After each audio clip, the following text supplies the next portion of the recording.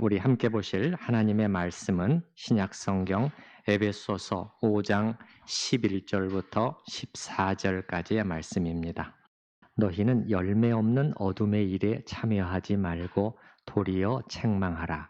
그들이 은밀히 행하는 것들은 말하기도 부끄러운 것들이라.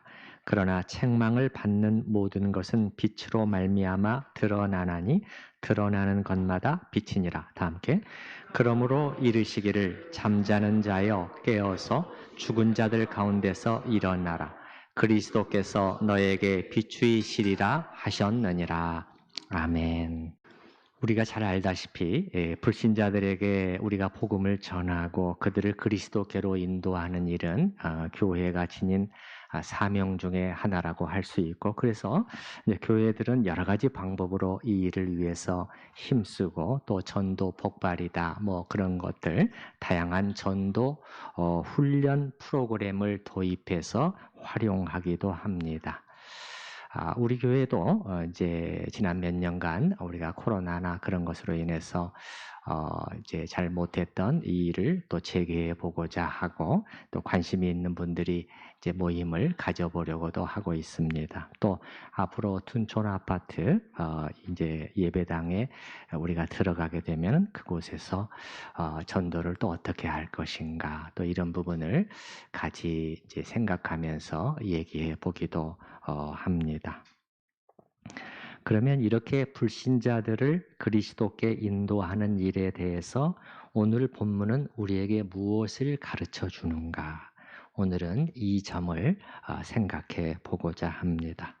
자, 먼저 오늘 본문 해석과 관련해서 한 가지 해결하고 넘어가야 될 부분이 있습니다. 이 부분을 여기 나오는 그들이 누구냐는 것입니다. 12절에 보시게 되면 그들이 은밀히 행하는 것들은, 이게 다 지금 그들과 관련되어 있는 말이거든요. 그들이 은밀히 행하는 것들은 말하기도 부끄러운 것들이라. 또 11절도 이렇게 읽을 수가 있어요. 너희는 그들의 열매 없는 어둠의 일에 참여하지 말고 도리어 책망하라. 그리고 13절, 14절도 다 이 그들과 관련이 되어 있는 말씀이에요. 그래서 이 그들이 누구를 가리키는 것이냐? 불신자들이냐? 아니면 신자들이냐, 신자들도 포함하느냐, 이게 학자들의 의견이 상당히 논쟁이 있어요. 우리가 이제 이 부분을 좀 명확히 해야 개념이 선명해지기 때문에 이 부분을 먼저 말씀드리는데, 결론적으로 말씀을 드리면 이렇게 말씀드리는 게 맞을 것 같아요. 1번, 여기에 그들은 불신자들을 가리킨다고 해야 맞다. 이게 1번이고, 동시에 2번, 그렇다고 해서 신자들이 그 대상에서 완전히 제외되어 있는, 신자들은 이것과는 아무 상관이 없다, 또 그렇게 말하기는 어렵다는 것입니다. 자, 저 위에 7절로 한번 가보겠습니다. 자, 7절에도 그들이 또 나오죠. 그러므로 그들과 함께하는 자가 되지 말라. 이 그들은 또 누구죠? 그 위에 6절에 나와 있습니다. 6절에 나와 있죠. 6절 저 뒷부분, 불순종의 아들들이라고 나와 있잖아요. 불순종의 아들들. 그리고 하나님의 진노의 대상이 되어 있는 자들. 그러니 이들은 신자라기보다는 하나님을 모르고 예수님을 거역하는 불신자들임은 명백해요. 그렇지만 동시에 그렇다고 해서 신자들은 여기에 이 순종 불순종의 문제에 대해서 완전히 예외가 되어 있느냐, 그렇게 말하기는 어렵다는 것이죠. 우리 하나님의 자녀들도 이렇게 아버지를 향해서 목을 곧게 하는 불순종의 삶을 살 수 있는 위험성이 상존하고, 그렇기 때문에 신자들을 향해서도 너희도 그들의 불순종을 따라가서는 안 돼, 이렇게 같이 말씀하고 있다, 이제 이렇게 볼 수가 있겠어요. 그래서 오늘 본문 12절에 나오는 그들도 마찬가지예요. 이건 그 불신자들입니다. 불신자들이에요. 동시에 신자들 중에서도 그러니까 더 정확히 말씀드리면 교회에 다니고 신자라고 불리는 사람들 중에서도 이런 삶의 모습을 보이는 사람들, 이들도 대상에 포함된다고 말하는 것이 가장 좋겠어요. 그래서 이 점을 전제로 하고 오늘의 이제 이 전체적인 그들은 불신자로 우리가 이제 보고 진행을 합니다. 자, 하나님의 말씀은 우리 그리스도인들이 그들 불신자들과의 관계에서 어떻게 행하도록 가르쳐 주시는가 하는 점을 살펴나가도록 하겠습니다. 자, 이와 관련해서 오늘 본문은 어떤 교훈을 우리에게 주고 있죠? 11절에 잘 요약이 되어 있어요. 11절에 보면은 소극과 적극이 함께 나와 있어요. 소극은 뭐죠? 뭐뭐뭐 하지 말라고 먼저 말씀하고, 그 다음에는 적극이죠. 뭐뭐뭐를 해라 이렇게 말씀하죠. 소극적인 측면은 뭐죠? 그들의 어둠의 일에 뭐 하지 말라? 참여하지 말아라. 이게 소극적인. 적극적인 측면은 더 나아갑니다. 도리어 뭐 하라? 책망하라는 거예요. 자, 먼저 소극적인 측면, 참여하지 말라. 이거 앞에서도 나왔었죠? 몇 절이었죠? 7절이었죠? 그러므로 그들과 함께하는 자가 되지 말라. 그런데 이 함께 하지 말라는 이게 공간적인 분리만을 의미하는 것은 아니라고 말씀을 드렸어요. 그런데 이러한 공간적인 분리를 너무 강조하고 그냥 끝까지 밀고 나간 경우가 있었어요. 교회사 속에서. 그게 뭐였냐면 4세기에 등장했던 수도원 운동이에요. 여러분 수도원에 대해서 많이 들어보셨죠?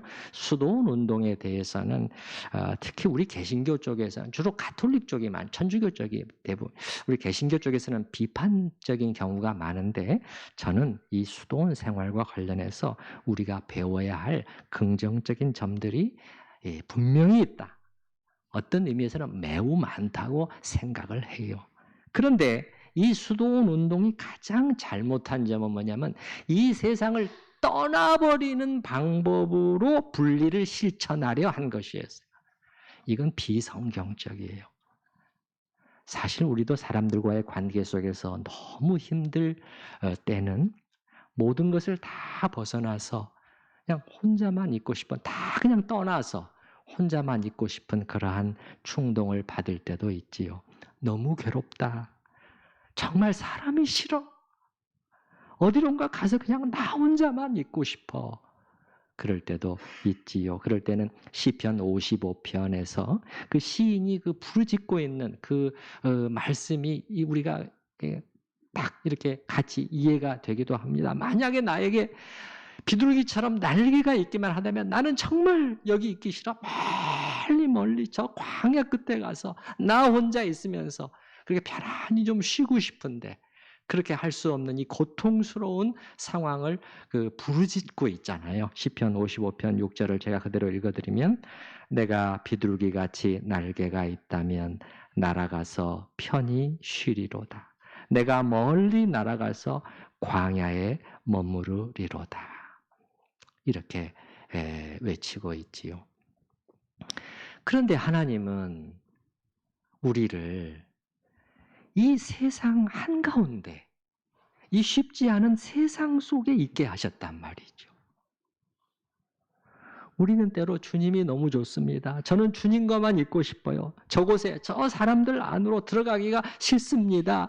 그렇게 주님께 말씀드릴지 모르지만 그런데 주님은 이런 우리를 다시 세상으로 돌려보내신단 말이죠. 마치 이 마가복음에 나오는 그 거라사 지방에 귀신 들렸던 그 사람에게 예수님이 하셨던 말씀과 똑같지요.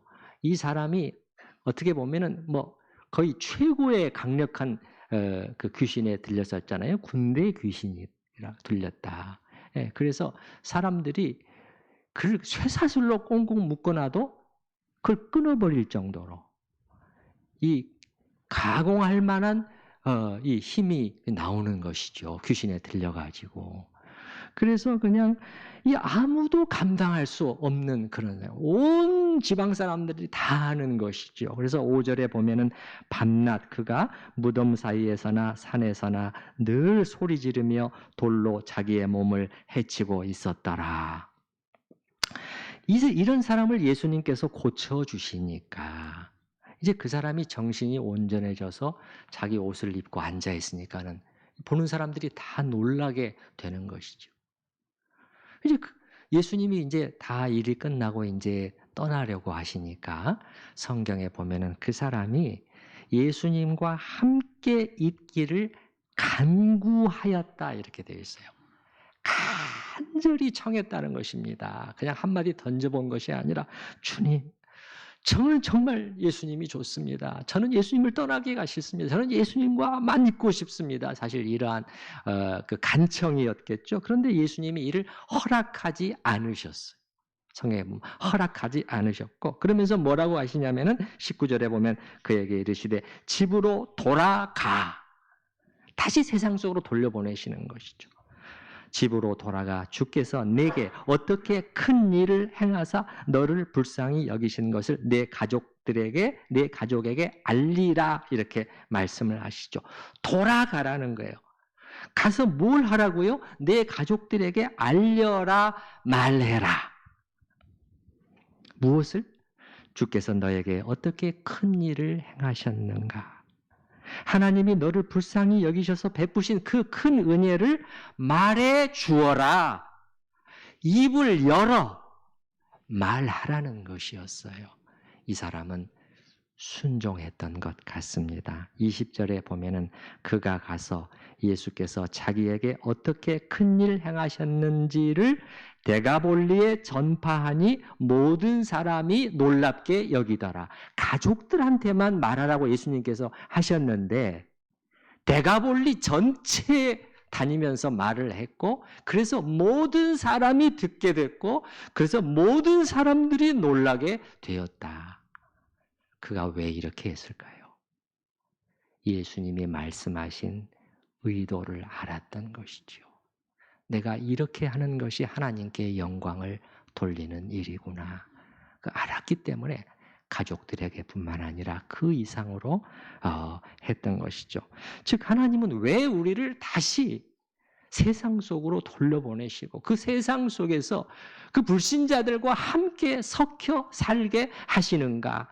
그 한 가지 이유는, 이게 전부는 아니겠지만, 그들에게 가서 말해라라는 거, 알려라라는 이게 있는 것이에요. 하나님이 어떤 분이신가를, 하나님이 너에게 무슨 놀라운 일을 행하셨는가를 말해라, 증거해라, 이건 것이죠. 근데 이게 이 말해라, 말하고 증거하는 것, 이게 오늘 본문 말씀에 나오는 책망과 관련이 있어요. 책망하는 거하고. 11절에 다시 한번 맨 뒤에 도리어 책망해라. 이게 지금 방금 말씀드린 이 예수님의 이 명령과 무관치가 않단 말이죠. 책망해라 이렇게 하면 우리 생각에는 언뜻 그들이 잘못한 것, 얼마나 형편없는 상태에 있는가를 꾸짖고 야단쳐라, 그렇게 받아들일 수 있겠지만은 좀 더 자세히 살펴보면, 이 전체적인 문맥 속에서 함께 살펴보면은 그 이상의 의미를 담고 있어요.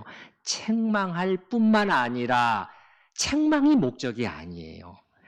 책망해서 그들을 빛으로 이끌어내라는 것입니다. 주님께서 지금 여기 사도 바울이 여기 에베소서 본문에서 말씀하는 것은 이게 목적이에요.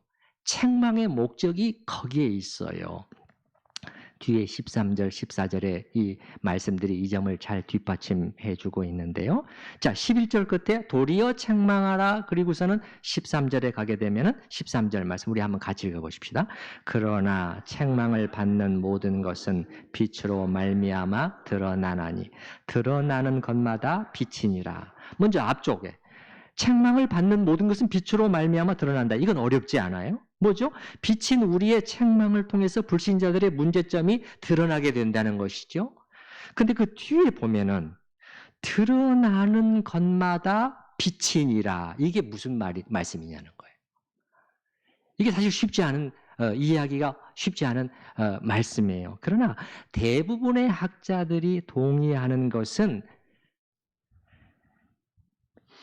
드러나는 것마다 빛이니라, 이 말씀은 그들이 드러나져 가지고 빛을 받아서 변화되는 그것을 가리킨다는 것에는 대부분 동의를 하고 있어요.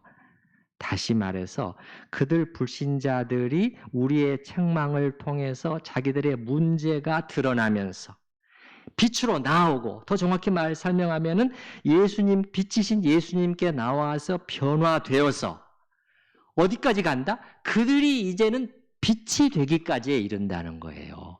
그 말씀이라는 거예요. 그러니까 다시 한번 드러나는 것마다 빛이니라. 이게 무슨 다시 다른 말로 풀어보면은 책망을 통해 그들이 제대로 드러나면 이제 그들이 빛이 되느니라. 관심이 여기에 가 있어요. 책망 자체에 가 있는 것이 아니라 책망을 통해서 그들이 빛이 되기에까지 이르도록 너희가 그 역할을 해야 된다. 그런 뜻인 것이지요. 그 다음 14절도 마찬가지인데 불신자들이 그리스도의 빛을 받아서 잠에서 깨어나고 죽은 자들 가운데서 일어나는 변화를 말씀하고 있잖아요. 그러므로 14절에 이르시기를 잠자는 자여 깨어서 죽은 자들 가운데서 일어나라. 그리스도께서 너에게 비추이시리라. 이런 변화죠. 변화. 이 변화를 목적하는 책망이라는 거예요. 그 대상을 빛으로 회심으로 이끄는, 그래서 빛이 될 정도로, 우리도 사실 마찬가지잖아요. 우리도 이게 빛이 된 것이 처음부터는 아니었잖아요. 네, 그렇게 빛이 되게 하는 책망이므로 그냥 꾸짖기만 하는 책망은 아닙니다.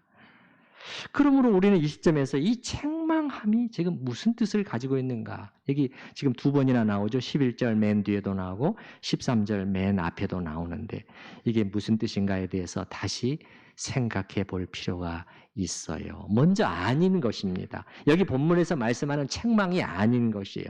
이거는 그냥 꾸짖기만 하는 거. 그냥 지적하고 정죄하고 비판하는 거.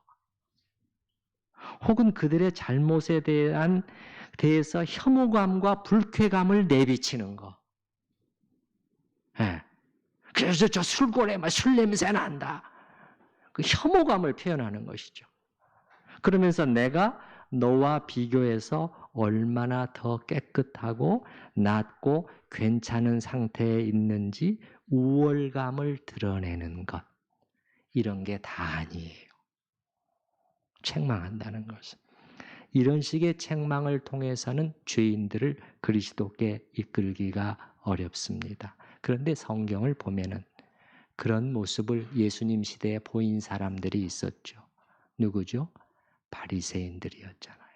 바리새인들의 삶은 객관적으로 볼 때는 평균 이상으로 아주 높은 도덕적인 사람들이었어요. 그런데 그들은 우월 의식을 가지고서 자기보다 못한 사람들을 늘 비판하곤 했잖아요. 아이고 저 죄인들, 저 세리들, 창기들, 저 형편없는 것들. 아이고 이렇게 그렇게 하면서 같이 상종하지 않으려 하고 피하기에 급급했죠. 오늘 본문이 말씀하는 책망은 이런 것들이 아닙니다. no예요. no. 그럼 yes인 건 뭐냐? 네, 오늘 본문의 책망에 해당되는 것은 무엇이냐? 이 책망한다는 이 단어에는요, 물론 꾸짖다 하는 것이 일차적인 의미지만은 여러 그 복합적인 의미를, 뉘앙스를 함께 담고 있는 단어예요. 예를 들면 죄를 깨닫게 하다, 노출시키다, 밝히 드러내다, 논박하다, 강하게 훈계하다, 반박하며 설득하다, 이런 의미를 다 포함하고 있는 단어거든요. 그러니까 간단히 말해서 책망이라는 것은 그들 불신자들이 자신들의 문제점을 깨닫도록 하는 방식으로 그들의 상태를 드러내 보여주는 것이죠. 그러나 우월한 위치에서 정죄하는 방식으로가 아니라 그들을 이해하려고 애쓰며 긍휼히 여기는 가운데 책망하는 것이죠. 신약 성경에 보면은 고린도전서 14장에 그런 이런 책망이 일어나는 장면을 묘사해 주고 있지 않습니까? 불신자들이 신자들의 모임과 예배에 참석했다가 일어난 일이었죠. 제가 한번 읽어드려 볼게요. 그러나 다 예언을 하면 믿지 아니하는 자들이나 알지 못하는 자들이 들어와서 여러분의 그 모임과 예배 자리에 들어와 앉아 있다가 모든 사람에게 책망을 들으며, 이게 같은 단어예요. 책망. 모든 사람에게 판단을 받고 그 마음에 숨은 일들이 드러나게 되므로 엎드려 하나님께 경배하며 참으로 하나님이 너희 가운데 계신다 전파하리라 이렇게 되어 있잖아요.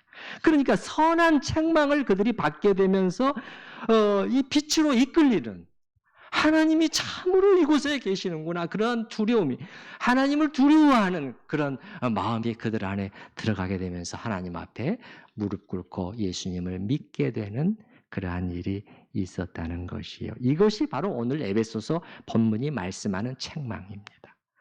우리는 이 바른 책망을 통해서 그들에게 그리스도의 빛, 복음의 빛이 비치도록 해라. 소극적으로 이걸 할 뿐만 아니라 더 적극적으로 나아가서 여기까지 또 이르라고 우리에게 권면하고 있는 것이죠. 그러면 어떤 것을 그들에게 책망하고 드러내 보여주는 것입니까? 너무도 많겠죠. 그러나 오늘 본문 여기 나와 있는 말씀들만 중심으로 몇 가지만 얼른 생각을 해보면은 자 11절에 한번 보시기 바랍니다. 11절 열매 없는 어둠의 일이라고 나오잖아요. 그러니까 그들의 삶이 얼마나 열매 없는 일인지에 대해서 말해주는 거죠. 열매가 없다는 것은 뭡니까, 여러분? 결실이 없다는 것 아닙니까? 농부가 1년 내내 땀 흘리면서 수고했는데 가을철에 거둬들일 것이 거의 없다면 너무 허망한 것이잖아요. 그런 것처럼 하나님 없는 그들의 삶이 이처럼 열심히 살지만은 그 결과는 아무것도 없이 남는 것이 없는 허망한 삶임을 우리는 드러내 보여줄 필요가 있다. 또 무엇을 드러내 보여주는 것이죠? 자, 12절에 보면은 12절에 그들이 은밀히 행하는 것들은 말하기도 부끄러운 것들이라. 세상 사람들은요, 자기들이 하는 일이 때로는 부끄러운 것인지도 모르고 자랑스레 행하기도 해요. 이런 걸 우리는 드러내 보여줄 필요가 있어요. 책망이죠. 요즘은 그런 일이 많이 줄었으리라고 생각이 되지만 제가 오래전에 젊었을 때 직장 생활을 했을 때 있었던 일이 지금까지도 기억이 나는데 같은 부서의 여직원이 결혼을 했는데 물론 우리 부서의 사람들이 다 가서 같이 축하해 줬죠. 그래서 이제 그 여직원이 신혼여행을 마치고 처음 출근을 해서 다 이제 고맙다고 인사도 하고 이제 이렇게 하는 날이었는데 그런데 그런 가운데서 한 남자 직원이 신혼여행이 좋았느냐고 물으면서 성적인 농담을 탁 던졌고 그러자 그 여직원의 얼굴은 붉어졌고 둘레 사람들은 웃었어요. 이게 부끄러워해야 할 일인지도 모르고 그런 농담을 던지는 것이에요. 같이 웃어도 안 되죠. 아마 그 남자 직원은 자기가 사람들을 웃게 만들었다고 생각하면서 좋아했을 수도 있겠지요. 부끄러움을 모르는 것을 우리는 책망해 줘야 돼요. 또 14절에 보게 되면 14절에 그러므로 이르시기를 잠자는 자여 깨어서 죽은 자들 가운데서 일어나라.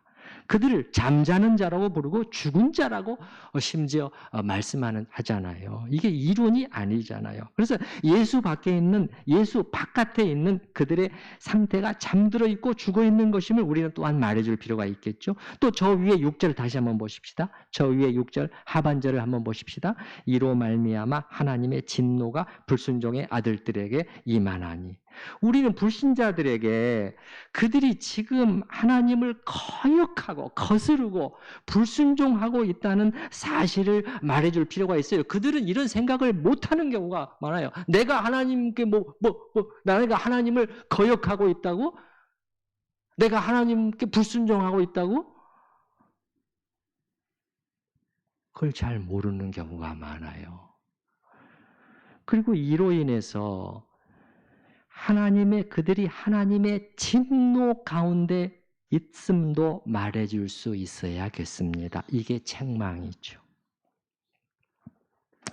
이런 부정적인 측면뿐만 아니라 또한 빛 되신 그리스도 안에서의 삶에 참이 긍정적이고 좋은 부분들도 우리가 말해줄 수 있어야 되겠습니다. 세상 사람들은요, 크리스찬의 삶이라는 것은 금지와 의무로 가득 차 있고 그저 힘들고 고단하기만 하고 그래서 마지못해 교회를 다니면서 우울한 삶을 영위해 가는 사람들이다. 이렇게 생각하는 사람들이 의외로 많아요. 의외로 많아요. 그들에게 우리는 그게 오해라는 것을 반대로 빛 되신 그리스도 안에서의 삶이 얼마나 좋고 감사한 것인지에 대해서 사람이 죄를 용서받고 산다는 것, 이 죄의 짐이라는 것은 참 생각보다 무겁습니다, 여러분. 그때 예수님의 보혈로 우리가 죄 씻음을 받고 용서를 받고 하나님과 화해 속에서 화목된 가운데 살 수 있다는 것이 우리의 그 사람의 마음의 짐을 얼마나 가볍게 해주는지에 대해서 세상이 줄 수 없는 평안이 세상이 어떻게 줄 수가 있습니까?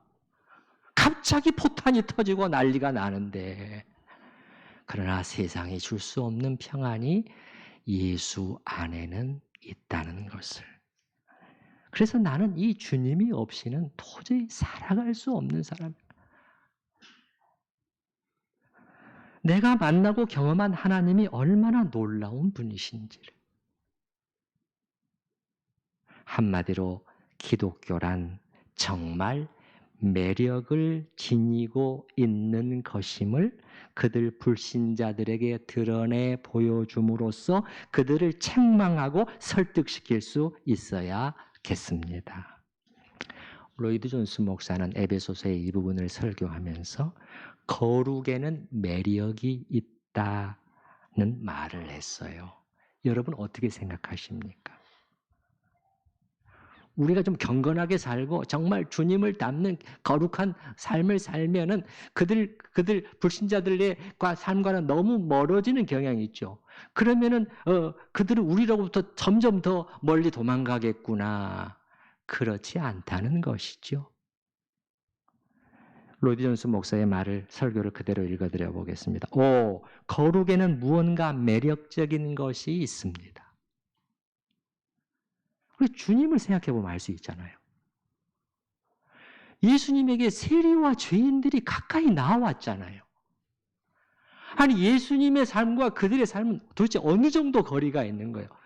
너무너무 멀잖아요. 그런데 그들에게 나왔단 말이에요. 무언가 예수님에게서 그렇게 끌어당기는 뭔가를 본 거예요. 그 거룩한 힘을 그들은 느꼈던 것이죠. 그래서 그 다음에 또 읽어볼게요. 거룩은 매력을 지니고 있어야 마땅합니다. 거룩은 사랑스러워야 합니다. 끌어당겨야 합니다. 끌리는 매력이 있어야 합니다. 사람들을 이끄는 것이어야 합니다. 책망한다는 말이 의미하는 것이 바로 그것입니다. 우리는 빛이 되어 열매 없는 어둠의 일들을 책망하여야 합니다. 저 뒤에 가서 주 예수 그리스도의 얼굴에 있는 하나님의 영광을 아는 빛을 보여줌으로써 책망하십시오. 그냥 막 야단치고 꾸짖고 한심하다고 정죄하는 것이 아니라 주 예수 그리스도의 얼굴에 있는 하나님의 영광을 아는 빛을 그들에게 우리가 비춰줌으로써 책망하십시오. 그들을 향해 복음의 빛을 뿜어대십시오. 이게 우리에게 주어진 사명이라는 것이죠. 정리해 보겠습니다. 오늘 본문은 신자와 불신자의 관계에 대해서 가르쳐주면서 먼저는 11절에 나와 있는 것처럼 먼저는 너희는 열매 없는 어둠의 일에 참여하지 말고 소극적으로 그들과 분리된 삶의 방식을 살아야 된다. 이거 매우 중요하다고 영적인 분리라고 말씀을 드렸죠. 그리고 더 나아가서 여기에 멈추지 않고 적극적으로 11절의 맨 뒷부분 도리어 책망하라. 구별된 삶을 살 뿐만 아니라 참된 책망을 통해서 그들을 그리스도께로 인도하는 데까지 나아가도록 권하는 말씀이 오늘 본문이라는 것이죠. 즉 오늘 본문은 불신자들에게 그리스도의 빛이 비치도록 하기 위해서 우리에게 뭔가를 하도록 촉구하고 있음이 분명해요. 우리가 그냥 빨리 읽어나가고 의미를 파악하지 못하면은 이걸 붙잡지 못하겠지만은 제가 다 설명해 드렸잖아요. 아, 지금 이런 맥락 속에서 이런 뜻으로 사도가 지금 우리한테 지금 권하고 있는 것이구나 하면은 이제 이 감이 잡히는 것이죠. 뭔가를 하도록 한번 돌아보십시다. 여러분은 지금까지 살면서 누군가를 그리스도께 인도한 적이 있습니까? 아니면 교회로라도 예배 이 자리로라도 데려온 적이 있나요? 직장 동료 중에서 누군가를 마음에 품고 기도하신 적이 있습니까? 그 영혼이 구원을 받도록 하기 위해서.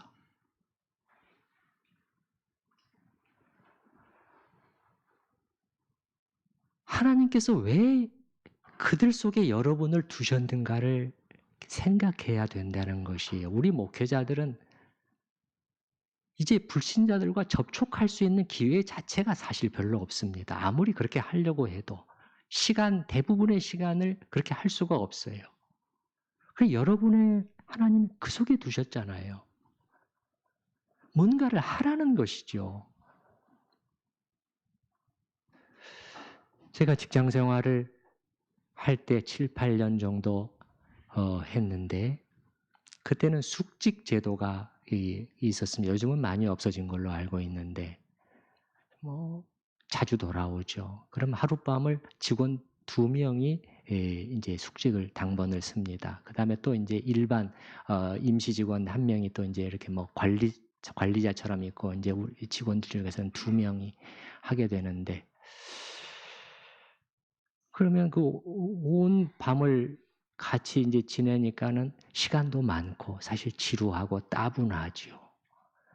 그 기회를 활용해야 되겠다. 하고 싶어서가 아니라 순종의 차원인 것이죠. 그래서 이제 야식 같은 거를 제가 사서 분위기를 좋게 만들고 이렇게 이제 예수 믿는 것에 대해서 대화를 한 30분 혹은 1시간 정도 하곤 하는 일을 제가 지켰는데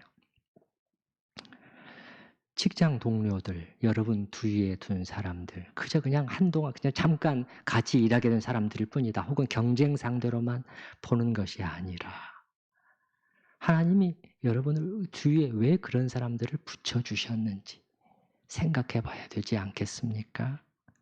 여러분이 어떤 사람과 대화하면서 누군 한 사람과 대화하면서 예수 신앙이 무엇인지에 대해서 진지하게 얘기해 보신 적이 있나요?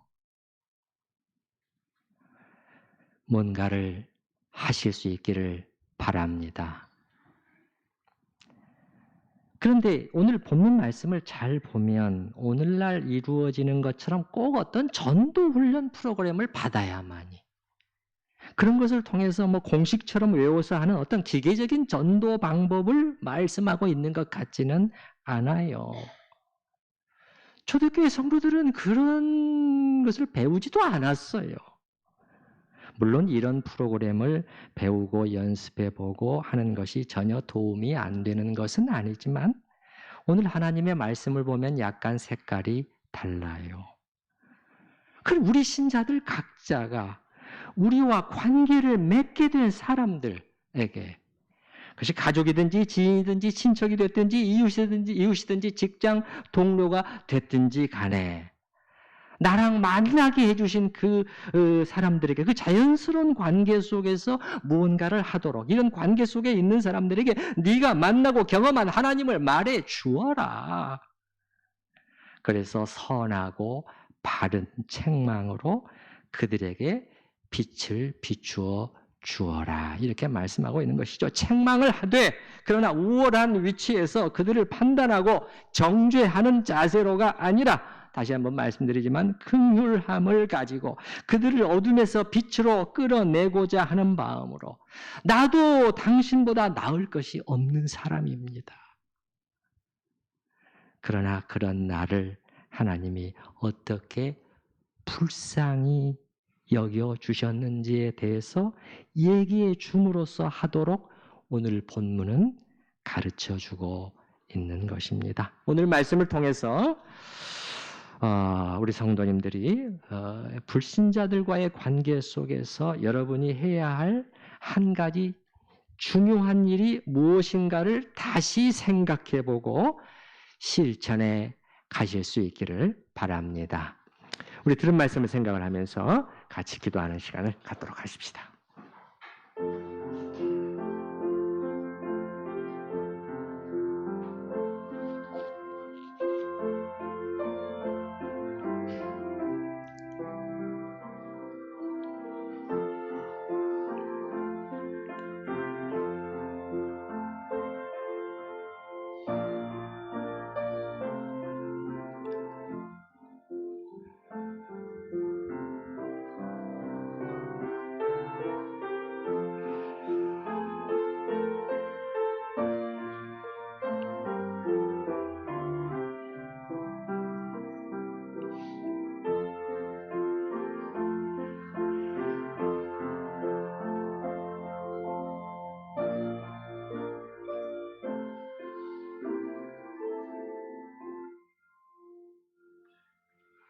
거라사의 광인이 예수님 곁에 예수님과만 있고 싶어 했지만 주님은 그를 돌려보내시면서 가서 말하라.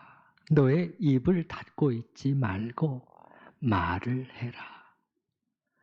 하나님이 너에게 하신 큰 일을 말해서 하나님께 영광을 돌려라. 라고 돌려보내셨고 또 같은 맥락에서 오늘 본문 말씀을 통해서 사도 바울은 우리 소극적으로 분리될 뿐만 아니라 더 나아가서 그들을 바르게 책망함으로 그리스도의 빛을 비추어 주어서 이끌어내도록 우리에게 촉구하고 계십니다. 주님, 어찌됐든 하나님의 말씀은 우리가 불신자들과의 관계 속에서 무언가를 하도록 그것이 우리로 하여금 이 세상 속에 두신 목적 중에 이유 중에 하나인 것을 다시 한번 확인시켜 줍니다. 주님, 저희 자신을 돌아보게 하여 주시옵소서. 너무 바쁘게 살고 그러다 보니까 이런 부분에 대해서는 아무런 생각이 없이 달려오고 있는 것은 아닌지요. 은혜를 받아 빛이 된 저희가, 먼저 빛이 된 저희가 어둠 속에 있는 그들을 향하게 하시고 관심을 갖게 하시고 기도하게 하시고 그들을 마음에 품게 하시고 기회가 주어졌을 때 입을 열어 증거하게 하시고 그들이 여기 말씀에 있는 것처럼 드러나져서 이제 빛이 될 수 있는 거기까지 우리가 나아갈 수 있도록 주님 저희 마음에 함께 하시고 또한 그런 일에 저희를 사용하여 주시옵소서. 저희가 단지 교인 숫자 늘리고 교회를 키우고자 하는 그러한 인간적인 야망을 내려놓게 하시옵소서. 하나님은 그것을 말씀하고 있지 않습니다. 주님, 깨끗한 마음으로 영혼들을 향해 다가가고 주님께 이끌고자 하는 선한 소원을 저희에게 더하여 주시옵소서. 예수님의 이름으로 기도하옵나이다. 아멘. 찬송가 510장 같이 찬양하십니다.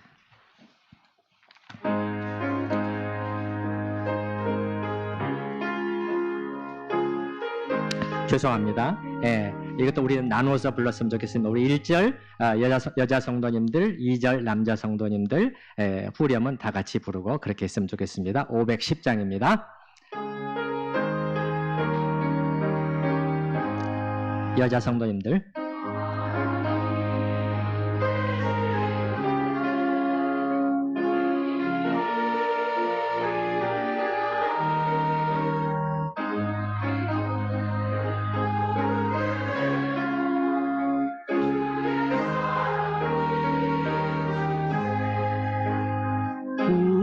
작은 불을 켜서 험한 바다 비추세 물에 빠져 헤매니 건져내어 살리세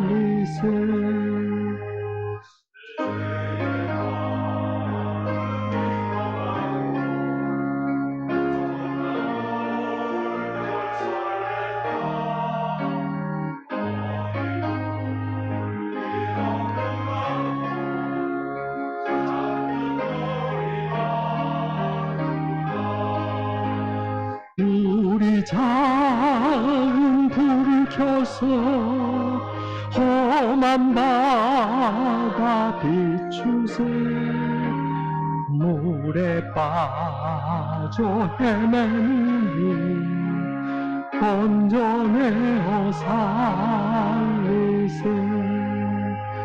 너의 등불 돋우어라 거친 바다 비춰라 빛을 찾아 헤매느니 생명선에 건져라 우리 작은 불을 켜서 험한 바다 비추세 물에 빠져 헤매니 건져내어 살리세